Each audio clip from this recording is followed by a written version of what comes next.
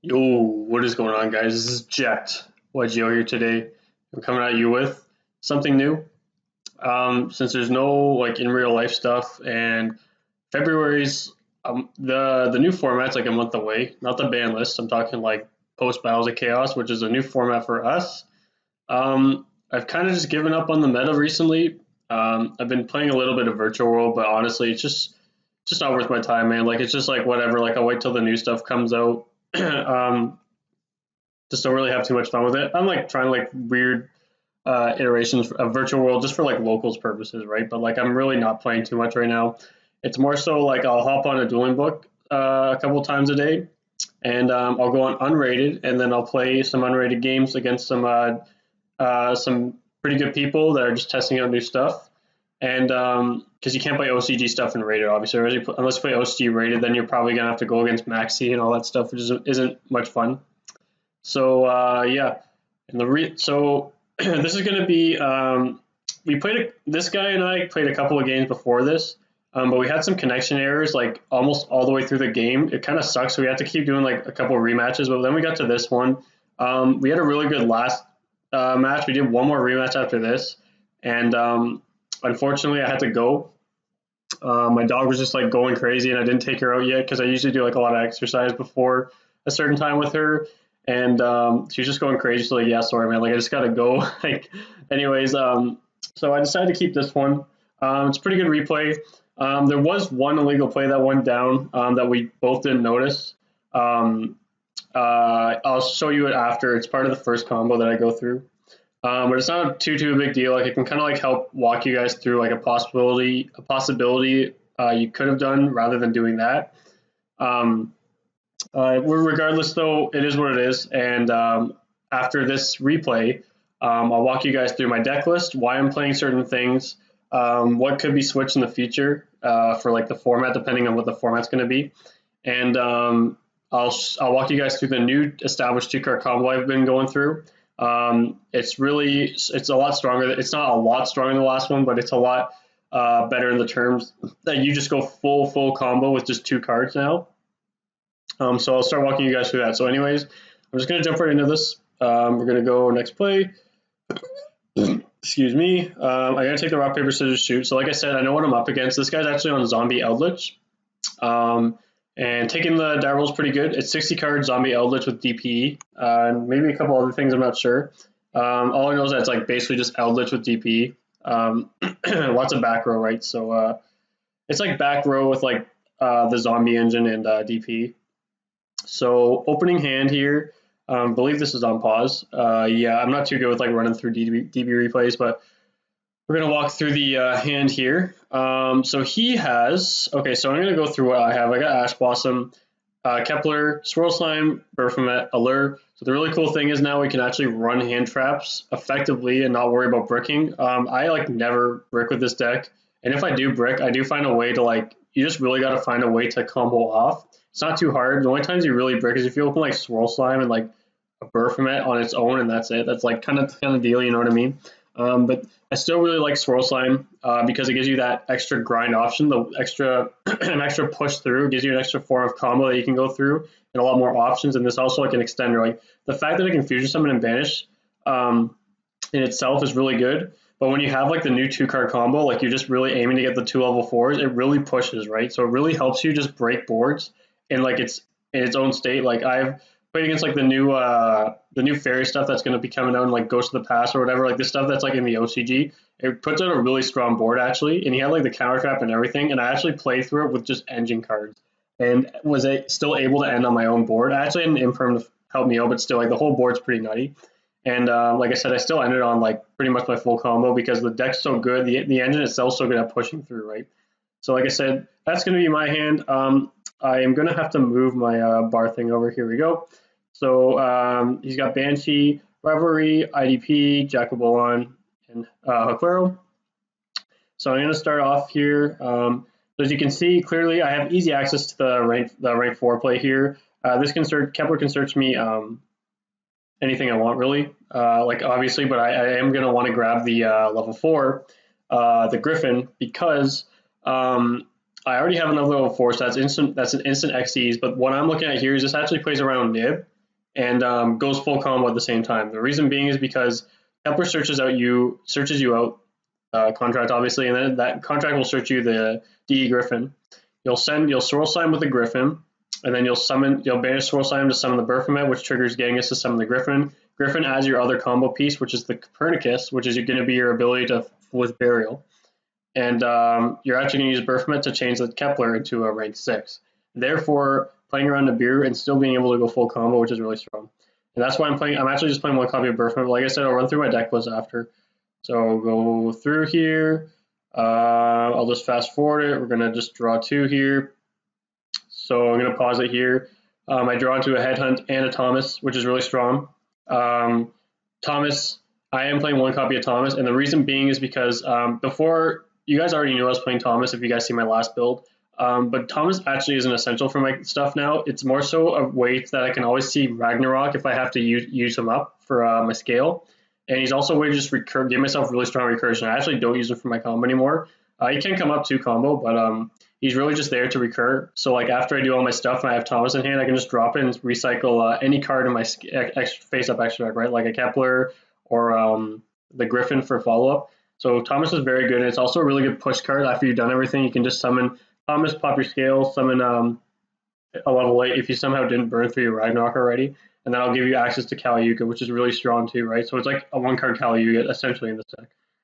So I'm just going to go next play here. So at the same time I drew Headhunt, which is really strong. So now I don't have to worry about searching that out with Griffin.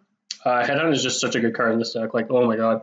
Like on top of your whole combo, just having the Headhunt's like a double-edged sword on the face of a Widow Anchor, because it takes your opponent's monster. It's negating the effect, so it doesn't even trigger whatever effect they're using.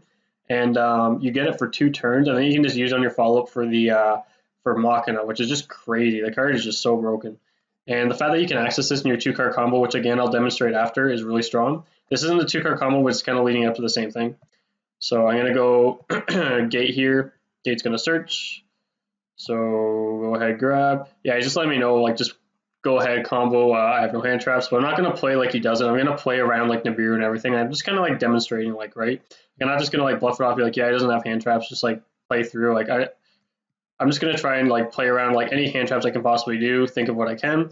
And so I'm going to go ahead and fusion summon here. So it's going to look like the original full combo, you get your 4 bodies out on board, but it's going to be quite a bit different because this is like pure deities, right? Like I've just switched completely to like just playing pure in the new format. That's going to special summon.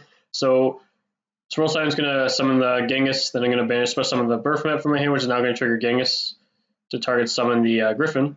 So I'm going to summon Griffin defense. Griffin can now use effect, search my missing piece. So my missing piece being the level 4 Copernicus. So here we go, Copernicus.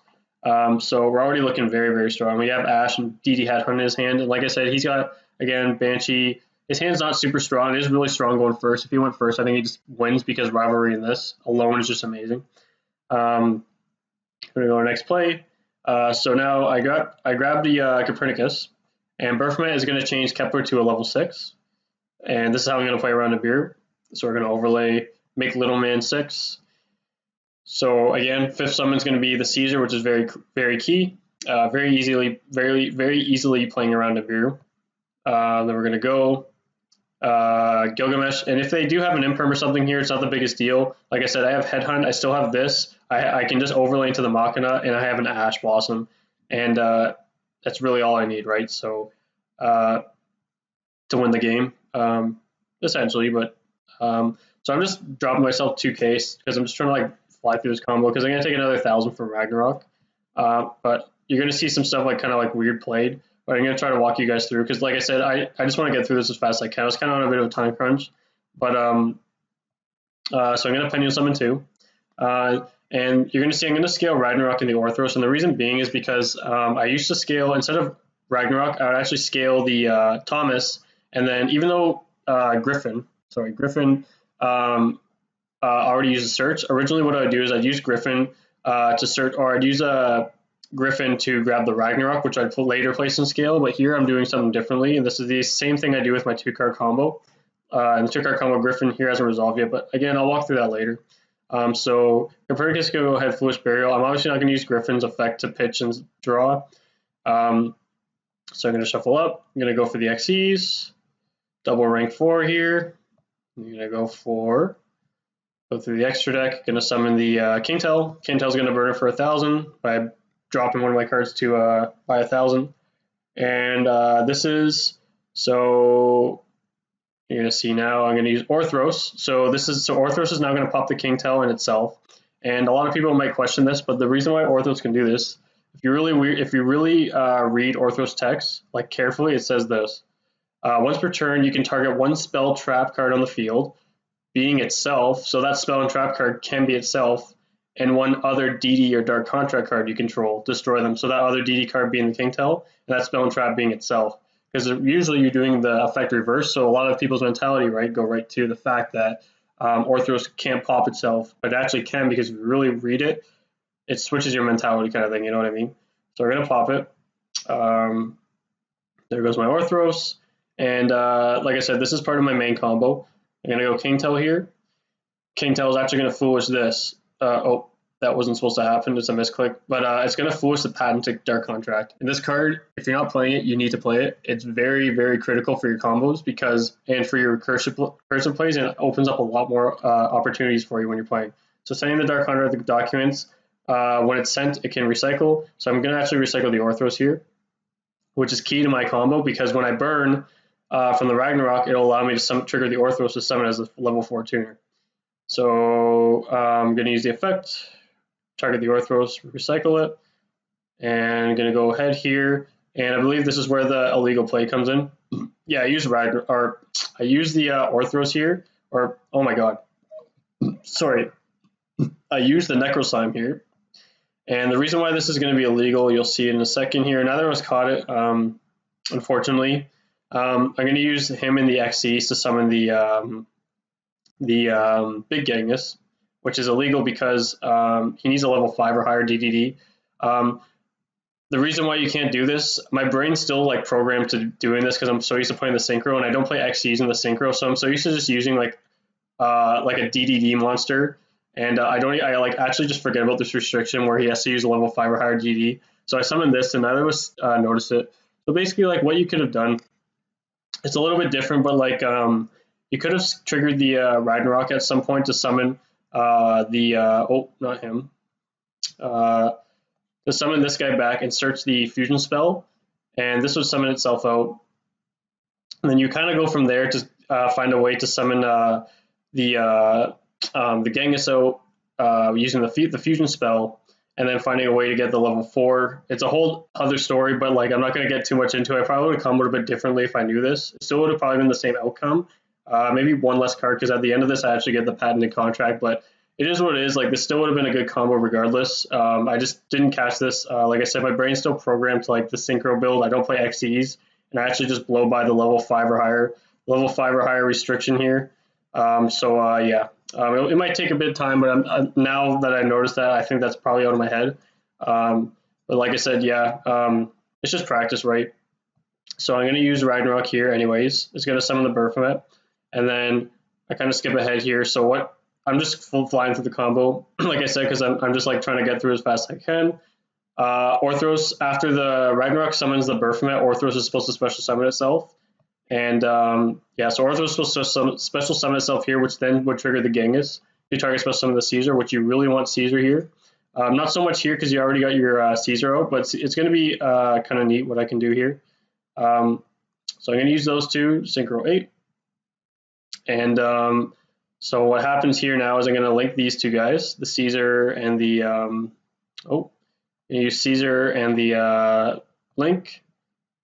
Go through here and the link, and that's going to trigger Caesar. Sorry, misclicking all the time. So it's going to trigger Caesar. It's going to add the patented Dark Contract documents. And the reason why I'm grabbing this, patented against his deck, I know does nothing, but I kind of want to demonstrate like the power, right? So it's pretty strong because now I can lock him out of every mechanic other than fusion. No deck really cares about the fusion unless you're playing maybe against invoked. But placing the contract up, so now he's locked into, you're going to see in a second, it'll be in XEs as well.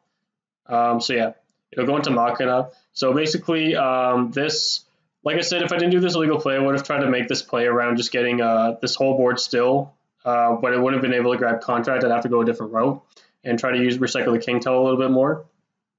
But regardless, it is what it is. So we got all this, and then the patented contract. He's going to be restricted to what he can do.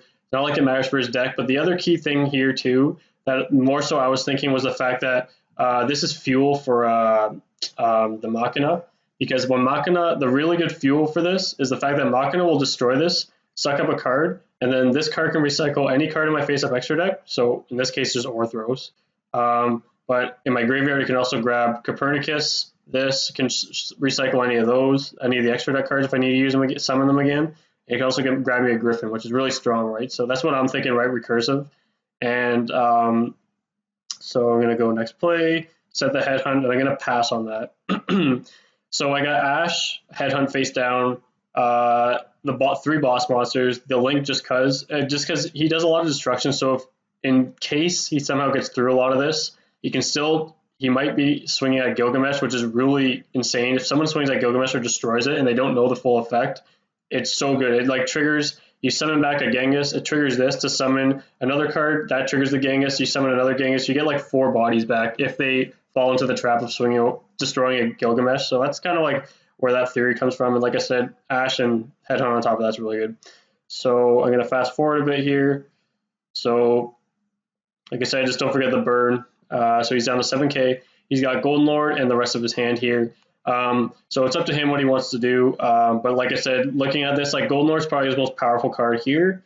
But he's going to try to crack my board here. So next play, he's thinking, and I think he's going to start out with the Golden Lord here. Yep, I'm just going to let this play here. Yeah, he's going to use the Golden Lord here. So he's going to send the Machina. And I'm gonna go next play. He's gonna summon the Jacobolon here, and yeah, at this point my like dog was attacking me, so like I didn't see Jacobolon for a while, and I wanted to read Jacobolon, and I like quickly read it over, and I read it as like when I quickly looked at it, I didn't see it as a cost. I seen it as like an effect to like it was an effect to special summon, like not as a cost, like it was an effect to summon itself or something like not inherently summon the card. And I was going to use actually Caesar on this, and he lets me know right away. He's like, "Oh, you can." I'm like, "Oh, geez." I like read the cards and I'm like, "Oh yeah, my bad." So I said that's fine. I just looked it over. I was like, "Oh yeah, you're right." And then so he's going to try to use So he's going to use Golden Lord here, and I saw the card in gray. I was still grabbing it, but I'm just going to throw it back in because I don't want the Golden Lord hitting the board. But the thing I could have done. Not really a big deal, but I could have actually let that go through. And then when he summons it, I could have actually taken it with Headhunt. But at the same time, like I'm just thinking, okay, if that stays in the graveyard and he has 1 card in hand, it doesn't really matter. And then I can also take his Jacobolon, right? So and use that as fuel for the next turn, right? So at this point, we'll fast forward. I'm gonna set end phase. He's gonna banish. I'm gonna go ahead, set the card Sanguine. I'm obviously not scared right now because I got this Headhunt. I'm gonna take his card at end phase. Yeah, Headhunt's going to take that, and it's pretty much bread and butter from there. Ash's Sanguine game, right? Like, I mean, there wasn't much he could do. Like I said, I did have that illegal play, but it would have been the same thing with just short of the contract at the end of the turn, if that were the case. But it is what it is. So we'll just go ahead here, fast forward. I'm going to be going second here. And let's see what the hand is. So draw. I'm going to pause. So he's got Unizombie, IDP, Dasher, Elixir, and the Solemn Strike. Pretty good open. Not too bad. Copernicus, Kepler, Cyclone, Evenly, and Headhunt. So Evenly is obviously just a blowout here. You're going to see something pretty interesting. I'm actually going to hold off on the Evenly.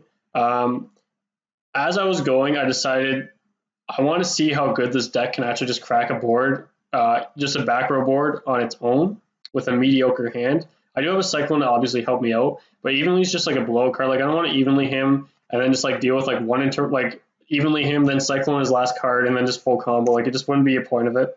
So I'm just gonna let him do his play.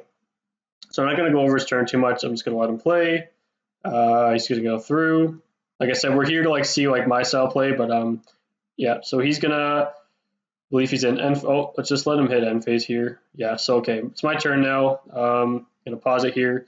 So I'm in main phase here. So he's got a face down Ice Dragon's Prison, Solemn Strike, and Conk, which is actually really strong. He actually made a really good use. Well done, well done on my man.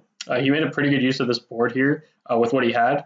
Got Unizombie out, and he's got Golden Lord, and like I said, got 3 back row interruptions. Can I play through it? Ice Dragon's Prison is really strong, Strike is really strong against me, and Conk is a pop. That's pretty much spelling GG for me when I look at that, when I see my hand. So I've got evenly, like I said, I decided to just not even evenly him, because if I evenly him, he'd obviously keep a back row card, and all I do is cycle him, and then I just go absolute full combo, because I have the 2-card combo. I didn't want to just end on that. I was like, you know what, I want to give this more of a grind, right? So we're going to see how well this deck can actually crack a board. And at the same time, you never know. He could like do a slight misplay, which could actually cost him. So I just decided, you know what, let's just see what happens. So I'm going to go Swirl Slime here. I'm going to bait him out, see what happens. Fusion Summon. I'm going to go for a Genghis here. So he's going to strike the summon of the Genghis, which is fine with me. Oh, no, sorry. He accidentally flipped that. It was a misclick. He wants to IDP. Because I remembered, I was like, oh, doesn't he IDP me here? But I was like, sure, the IDP is fine. He's going to banish that. And the, you didn't see anything? Yeah, I know. He wants to get rid of the Swirl Slime, which is good because I don't want him to get rid of the Kepler. And a normal player, especially if they're used to this stuff now, they're going to want to get rid of the Swirl Slime because that's my extender piece to get another body out, right? So it's like, it's a reasonable play, right? He doesn't know what's in my hand at the same time. He's going to get rid of these 2. Okay, so now I still have to deal with, I don't know what's in his hand for one. I don't think it's a hand trap. Well, I mean, we can obviously see now it's not a hand trap, but he's got a Strike face down and he's got a Conk. So he's got a pop and a Strike. Strike can end my day if he strikes the summon of my Gilgamesh, I'm screwed. But we got to see how it plays out, right? And I said like Conk's like a really strong card with me only having Kepler, but like I said, I have Cyclone to back me up, right? So Cyclone's a fair card. It's not a blow card, so I'm also going to use it here. And then at that point, I'm like for no reason just neg2. And Headhunt's going to be good for the follow-up. It's actually a pretty good card to draw if you can crack a board and just set it. It's actually really strong. Go to next play. So we'll see what happens here. I'm just thinking of how I want to crack this because I know he has Conk, right? I don't know his other face down. So I'm going to summon Kepler, use the effect. He's going to think here. He's going to let that go. Like I said, if he strike the Kepler, it's not like he knows because I have 3 cards in my hand, but if he strike the Kepler, I had no more other plays. But it's not like he knows, right? I'm going to go for activating the gate. He's probably thinking he can just pop the gate too, right? So with the Conk, with Strike, like he's playing it reasonably fair. He's playing it at reason, right? So he's going to drop the Conk here, which I'm 100% going for Cyclone here. So I'm going to Cyclone hit for 1,000. Get rid of that. And now let's see. So I'm going to get rid of his Conk, which is super powerful. So let's see what happens here. So now, let's see. I'm going to think here. So I only have Kepler, and now I got to search. So I'm probably going to search Griffin, right? I'd probably more than likely want Griffin because I can summon it, and then I can recycle the Copernicus or off of the Ragnarok. Yeah. So I'm going to search the Griffin, and then we're going to go ahead. Go next play. And I'm thinking if he has, I know he has a Strike. Yeah, that's right. I know he has Strike, so I'm like, I'm either going to lose or he's going to have to misplay at some extent with the Strike. If he stops us with the Strike, it's not looking too good for me. He's going to let it through because I think everyone knows that if you stop a Gilgamesh in the pier, it's kind of devastating. So I'm going to use the effect of Griffin to summon itself. That's fine. Go ahead, link these 2, and if he uses the Strike correctly, I'm pretty much just going to have to pass turn. So I am going to use Gilgamesh because I just want to go all out. Like I said, I could just go for, he has Strike, like I could just not use the effect and summon the XCs, but then he can just strike that and I'm screwed. So I'm like, okay, I'll play it out the best. So I summon him using the effect, and then he's going to strike it. And I'm like, okay, are you going to use that on, I'm like on summon, right? And he said, on effect. So here's where I gambled and it came out for me. So he's using on the effect, which means now I can summon anything from my graveyard or my extra deck. And the reason why I asked him the reason why he did that is because one of the games we previously played, it was on my follow up, and I went for I was going second, but I had like quite a bit of resource to work with, and I summoned a Gilgamesh, and he judgment the Gilgamesh, and I was able to still climb and make a Gilgamesh and go full combo because I didn't use the effect of Gilgamesh, and he was scared of that happening, so he wanted to use it on the effect. But he doesn't realize the second effect. I'm like, okay, well that's going to work for me, and that's where I'm thinking, okay, people having the misconception of DDDs and not fully understanding them can be a really big advantage, and I think you have to really leverage that and understand that, right? So I'm going to use Gilgamesh here, like I said. Good thing I didn't use evenly, I guess, right? So I'm thinking on the card I want to see. He's like, oh, true. And I think he started reading the card. He's like, oh, crud. I'm like, the best trap, man. So I'm thinking on the summon here. It doesn't really matter too much when I'm summoning here, but I don't really want to summon the rank 4s here. The reason being is because I want to use the rank. I want to be able to naturally summon the rank 4s on the follow up. So I'm actually gonna say I kind of tell him like how it works, but he didn't really know. I mean, like it's reasonable, right? I think most players would have just striked the effect if they went through that thing with the solemn judgment, like I was talking about. At the same time, like he doesn't fully know the deck, right? So that's what I'm saying. Like people don't know DDDs like we do, right? So I'm gonna go ahead and summon the Siegfried, and the reason I'm gonna summon Siegfried is because I want to like maintain my resources. Like I said, I don't want to burn through the XEs. I could just go like summon the XEs and overlay them and then do all that stuff. But I want to summon Siegfried just because I can actually summon him back now, and he's just immediate spell and trap negation, and I don't have much else I can do, right? So I'm gonna go for this. I'm gonna go for the XEs here. I'm still thinking if I want to summon him, but I'm like, you know what? Like it's probably what I'm gonna summon here. Like I said, resource management is key, especially with the amount of cards he has. Like he doesn't have anything left in his graveyard. Like he is. I seen he had 2 traps that weren't going to do anything in grave. Like he has no Outlet's recursion, right? And he's got that. I don't know what he has in hand, but it could be good. But he didn't use DP, so I know he doesn't have a big draw. So I'm thinking, okay, I'm just going to play it smart. His Outlet's is boosted, but I kind of want to keep it out because I have Headhunt. So we're going to go next play. Oh yeah, I show him the evenly. I was like, yo, low key man, and I show him the evenly. He's like, oh, well. Yeah, I was like, wanted to see how well this deck could break a board on its own through the engine cards. It clearly did well. Like I said, guys, like you just gotta trust with the deck, and this deck's really good in the new format. Going second, I find like it just like I said, I cracked a ton of combo boards, back row boards. Like in the matches we played, he would set like 4 to 5 cards and pass, and I was able to break like torrential strike and like the whole like Eldritch like engine on top of that. Like it was pretty. The deck really goes like it really has gas now. So he's kind of like, yeah, I think I'm gonna lose, but I'm like, well, I was like, well, just see because you could top deck Fusion Destiny, right? Like I said here, oh, it could top deck Fusion Destiny. So let's see what happens. So I'm gonna strike his Unizombie. He's gonna take 1700 life. It goes through. Let's see what happens. I'm gonna set the Headhunt. He doesn't know I have Headhunt, and Headhunt's probably gonna win me the game here. Like I said, if he top decks like a monster effect, I can just take it with Machina. Next play. I decided not to go for Zeus here. Reason being is because it's going to be live for the Headhunt, and as well, it's going to possibly have an effect if I really need to. But the main thing is Headhunt. It's going to be able to take his Golden Lord, which is just crucial. If I take Golden Lord, it's just game pretty much. So let's go to the next turn. He's going to draw Balderok. He actually shows me the draw because we knew damn well he was on a top deck.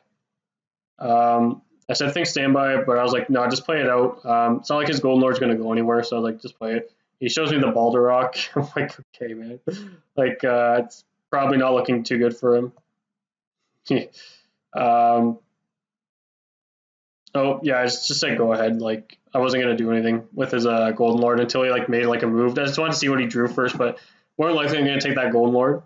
And there's not really anything reactive that he's going to draw possibly, and he has nothing in graveyard for his Golden Lord to go anywhere. So I'm just going to like, okay, play it out, man.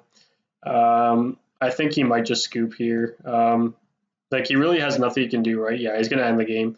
So, like I said, guys, here nothing he could have done. He drew Balderok and he had a Dasher in hand. Is what it is.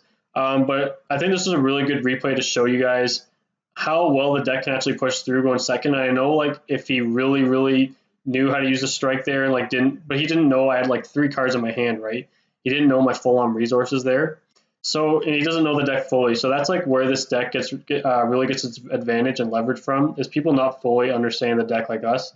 Like I said, that last effect, it's really cool when this effect comes up because, like I said, guys, if this gets destroyed on your turn and you have your Ragnarok in scale and you already went through your turn, like you have all your Genghis and stuff engraved, it's an immediate, you summon 4 cards immediately. Your whole board's replenished. So Gilgamesh is just really good to just keep out sometimes. And Gilgamesh was like, pretty good today. So yeah, So very, very good. I don't know what the next draw was, but like I said, I had Headhunt and then a search for next turn. It was game over. He had 4,800 life points. I think he knew damn well. All I had to do is take his Golden Lord with Headhunt, use it for something. I don't know, like link it off, summon another Machina. It was game. Because Gilgamesh in a Machina, 4,800. He only has 4,800. So yeah. So yeah, guys, that's that replay. Very, very solid replay. Like I said, there was that illegal play, but it is what it is. Like I said, I think at this point I just programmed that out of my head. Like I'm so used to just running the synchro build and just banishing any DDD card for the big Genghis. It just doesn't come up to me anymore. So like now it's going to be, now that I'm playing the pure stuff, it's going to come up a lot more. So yeah, let's get out of this. And so I'm going to reload my dueling book here. Here. Just a quick overview here. It's going to look quite a little bit different than what I was previously running. Let's just reorganize this a little bit so this isn't all over the place. So let's go from top to bottom. So, I'm going to actually throw this in order here. You can see everything's kind of like out of place here. There we go. So we're starting out 3 Ash Blossom. I'm playing 2 sets of hand traps, Ash Blossom and Infinite Impermanence. These are just the most generic like reactive cards. I think these will be really powerful coming forward, but for now, they really work with the deck. And like I said, I can just send an Imperm on top of everything after I've completed my turn. This turns off DPE, which is kind of a problem for this deck. Not so much with the new stuff. But yeah, these I think are the best stables to put in for this deck. So just 2, it's all it really needs. We're going for the one we're going 1 of Verfmet and 1 of DD Ghost. DD Ghost is basically just there to help replenish, help keep my replenish my materials engraved, and it's also there to recycle my banished stuff if I ever need. But it's mainly there to just make a Baron. We're going for DD Verfmet here. Like I said, I demonstrated this gives you the ability to make the rank 6. Usually its main goal is to make the rank 6 before you make your 5th summon. We're going triple Griffin. This card is no question. You have to run this at 3. This card really helps you play around a lot of boards, just being able to summon stuff from hand. You're going to go through all 3 of his effects in one turn. Typically, if you have a card to discard for the pendulum effect anyways. 3 Lamia, I'm still running this card at 3. Reason being is because Lamia is a really good extender card. It's really not necessary for any combos. You're usually just using it to extend, climb into other bodies, and then just making your link, and then just summoning your level 4s. It's really all it's there for, but it can come up. I do make Baron with this sometimes. It does come up when I have the level 8, a Kepler, and then the Lamia. So Lamia is just still really good at 3. Double Necroslime. So Necroslime, I'm always sending this card, no matter what. I actually don't really want to open this card. I actually just want to send it. So finalize with this, just for room purposes too. I'm putting this at 2. Double Orthros. I think double Orthros is mandatory. You actually, if you have your combo on top of opening this, it can really save you some hassle to get. You can actually just send like an extra card off of your Foolish Burial that can help, like a ghost, to help replenish your graveyard. But Orthros is really good to like go second too. If you burn, you can just summon him, and then he's like a really good way to access your rank 4s or your Siegfried. He's really your main access to Siegfried in this deck. Only way really. And triple Copernicus. So these 3, these 9 cards here, like the Kepler, the Copernicus, and the Griffin, they're all used to go into your full combo. This is all your full combo here. The 2 cards, these 2 are your full combo, but this helps you get there, right? Kepler, standard 3 of. I'm playing 1 Thomas. So the other 2 1-ofs is to 1 Thomas and 1 Ragnarok. So I'm running 1 Thomas because offers very good. It gives this deck more of like a bit more of like a meta feel, because you can just search this on top of everything and then replenish your hand. That way you have a really powerful fight back, or in other words, like a really good really good bounce back, right? Really helps you manage your resources. On top of that, it's really good to just summon another level 8 as just another level 8, and then it can sometimes, if you don't open it, sometimes this come up where you can use it to summon the Ragnarok from deck, and then summon the Kali Yuga from the extra deck, right?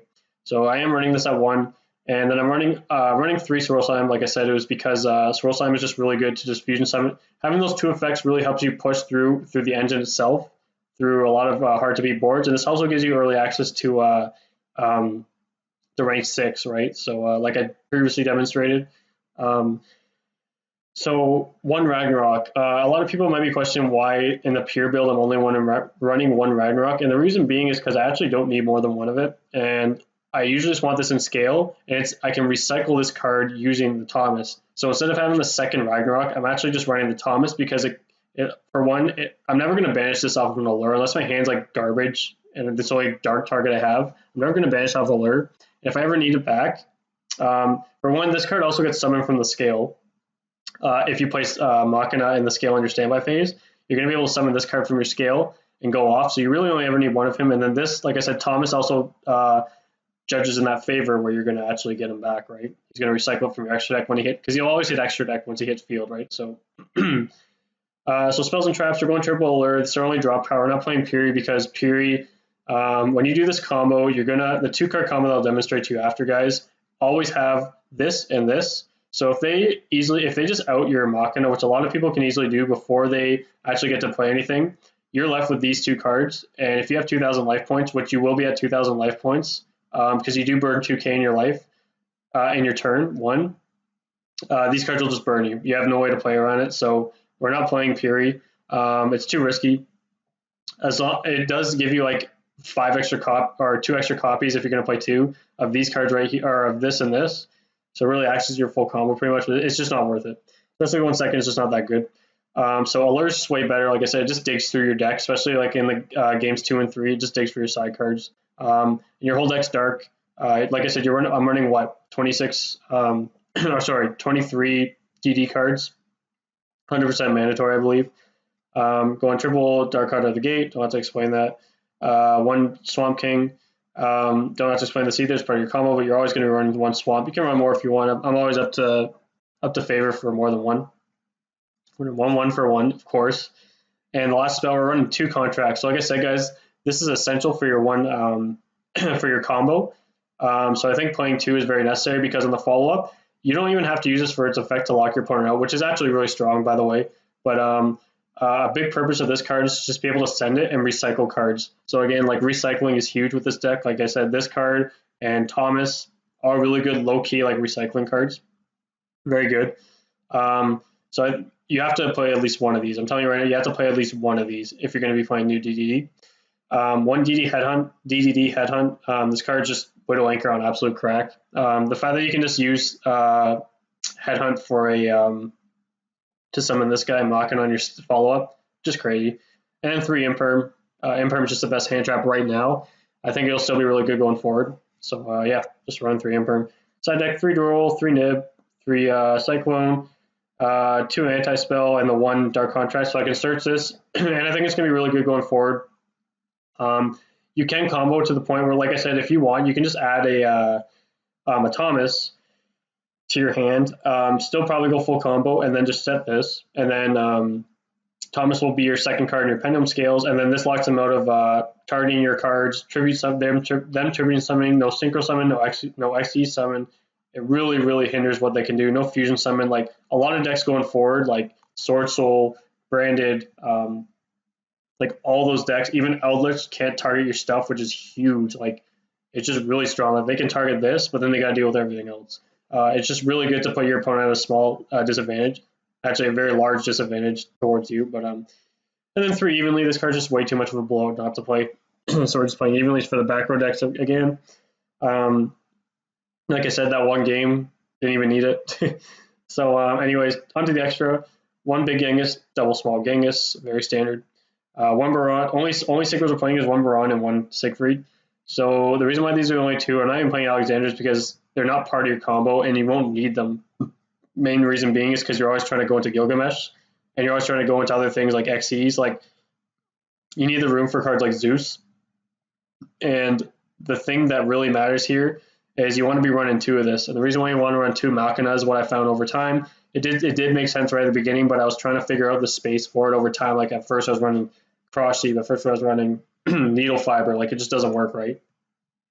So basically you need the space to run 2 of these, and you need 3 of these. So with the combo, you're going to burn through 2 of these, and then on the follow-up, you're going to want another Gilgamesh. So I think this is very standard. Zeus, sorry, I'm going like way ahead here, but we're running double Machina, of course.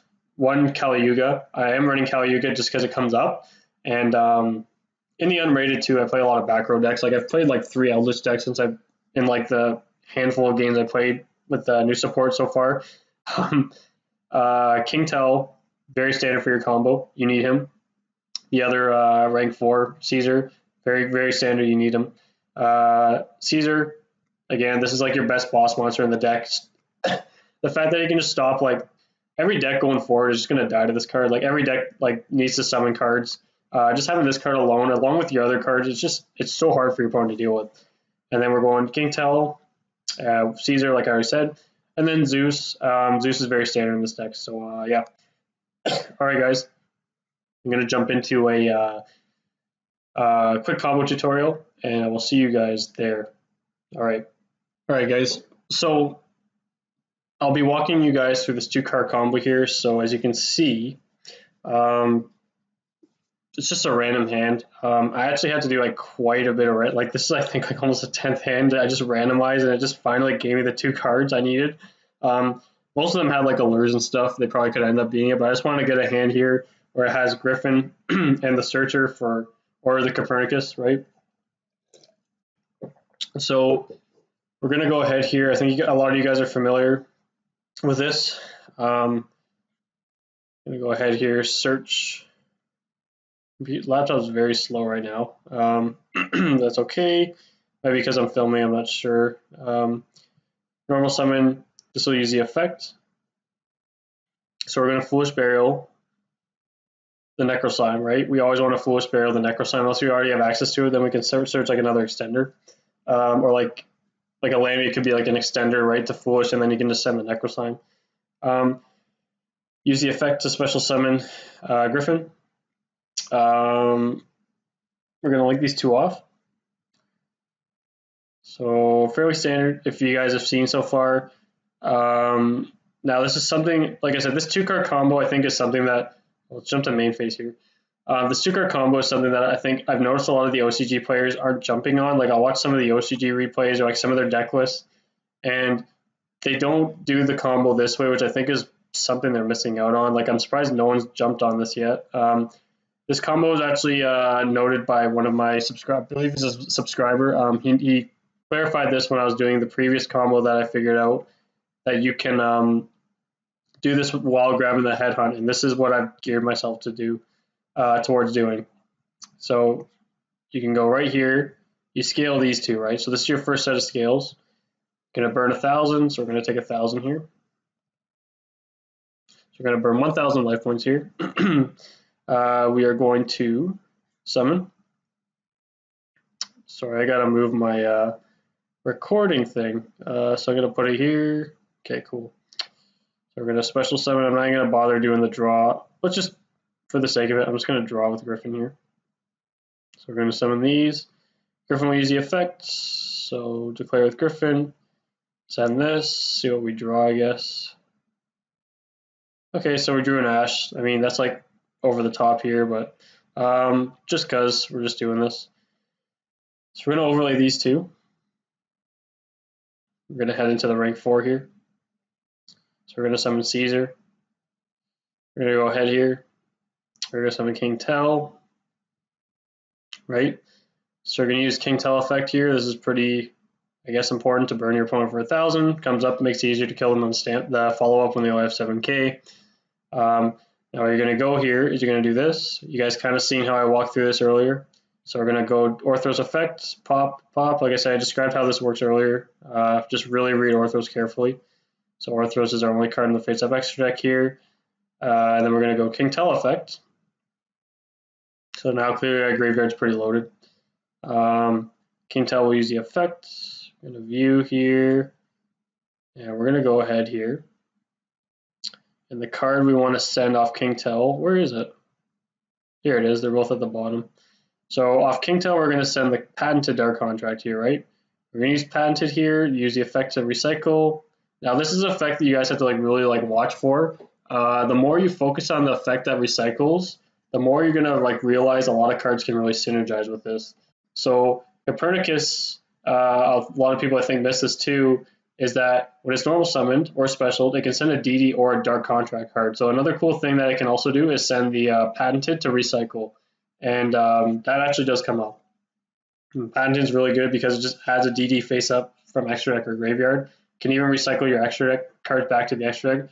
I think this card is very, very strong. Like, I think it's very crucial to the way this deck can really help to synergize within itself and to really replenish itself when it needs to. So anyway, we're going to go ahead.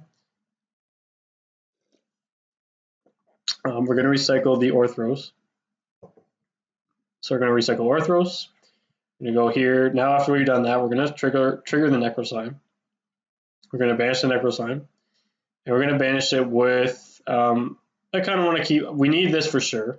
Do we need Lamia? Not really, but you know what? I don't really need this. So I'm going to get rid of Copernicus. I'd rather have I need Griffin anyways for the effect, but we don't need Copernicus for the rest of this. So I'm just going to get rid of that. Now this is where the fun happens. So we're going to go Declare. It's going to trigger special summon the Griffin. And now three things are going to happen here.